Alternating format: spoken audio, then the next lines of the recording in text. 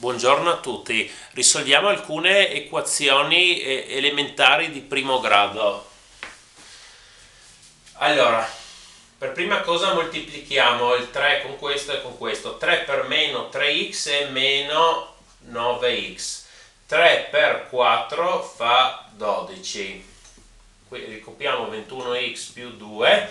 Allora, noi abbiamo dei termini al lato sinistro e al lato destro dell'equazione. In pratica, se un termine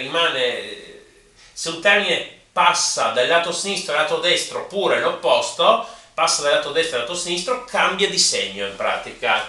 E qual è il nostro scopo? Di isolare x, e quindi all'inizio mettiamo tutti i termini che contengono x a sinistra e tutti i numeri a destra.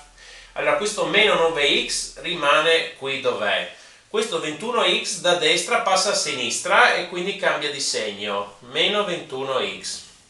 Questo 2 era a destra, rimane a destra. Questo 12 a sinistra passa al lato destro e allora diventa meno 12. Meno 9x meno 21x è meno 30x. 2 meno 12 fa meno 10. Adesso abbiamo meno 30 per x, dobbiamo dividere con meno 30. Quindi qui abbiamo x e qui abbiamo meno 10 fratto meno 30. Semplifichiamo, dividiamo con 10. 10 diviso 10 è 1, 30 diviso 10 è 3. Meno diviso meno mi dà più, un terzo. Quindi x è un terzo. Vediamo qualche altro caso dove succedono cose particolari.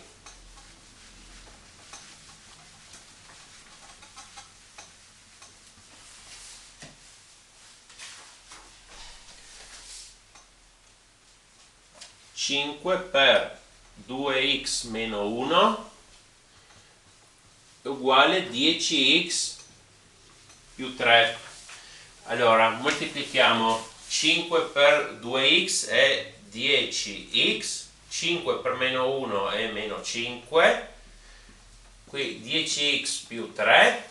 Allora 10x rimane qui, questo lo passa dall'altra parte, da destra a sinistra, diventa meno 10x, è uguale, qui abbiamo il 3, questo meno 5 cambia, va dall'altra parte, diventa più 5, 10x meno 10x fa 0, 3 più 5 fa 8.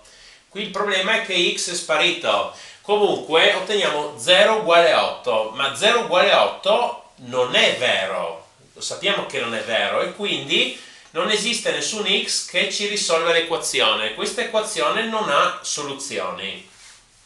Non ha soluzioni. Vediamo un altro caso dove sparisce la x, che però è diverso.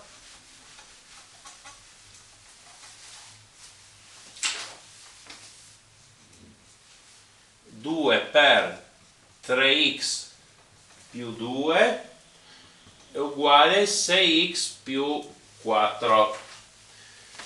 Moltiplichiamo 2 per 3x fa 6x, 2 per 2 fa 4. Allora 6x, questo 6x va dall'altra parte, diventa meno 6x. 4 qui a destra lo lasciamo, questo 4 che a sinistra lo portiamo dall'altra parte, diventa meno 4.